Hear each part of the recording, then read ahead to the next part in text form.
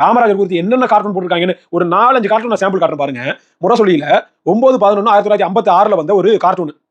உதயசூரியன் பின்னாடி உதிக்கிதான். காமராஜருக்கு நாய் படத்தை கொடுத்து, நாயினுடைய முகத்துல காமராஜர் மூஞ்சை வைத்து சூரியனை பார்த்து நாய் குலைப்பது போல ஒரு படம். இவ்வளவு இழிவா சித்தரிச்சிருக்காங்க. இதுக்கப்புறம் பாருங்க, காமராஜர் தேர்தலில் தோட்டத்தை ஒட்டி வந்த கார்ட்டூனாக இது இருக்கணும். காமராஜர் கழுவேற்றப்பட்டது போல ஒரு படம். அடுத்து பாருங்க, இதான் இருக்கிறதே அபத்த குப்பை. காமராஜர் மேல உங்களுக்கு விமர்சனம் கூட இருந்துட்டு போகுது. ஜனநாயக ரீதியா வச்சுட்டு போனீங்க. கார்ட்டூன் போடுறதுன்றது ஒரு கருத்துரிமை எடுத்துக்கிறோமே, கருத்துரிமை தான். ஆனா இழிவுபடுத்தி கார்ட்டூன் போடுவது, நம்ம இந்த மாதிரி கருணாநிதிக்கு சேலை கட்டி வச்சோம்னா மறுநாள் தேடி வந்துருவாங்க போலீஸ். ஒரு போஸ்ட் போட முடியுமா? ஆனா பாருங்க, நீங்க 1957 போட்டிருக்காங்க.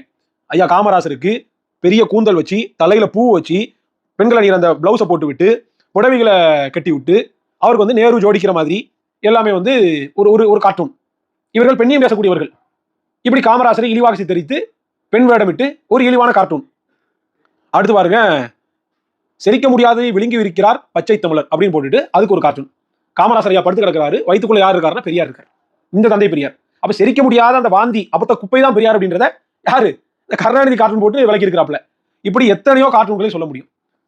ஐயா காமராஜர் ரஷ்யாவுக்கு போகும்போது முன்னாடி எல்லாம் வந்து வெளிநாடுகளுக்கு எருமை தோலை தான் அனுப்பிட்டு இருந்தாங்க. இப்போ வந்து எருமைகளே அனுப்புறாங்க அப்படின்னு காமராஜர் எருமையோடு ஒப்பிட்டு பேசிய கும்பல் இந்த கும்பல்.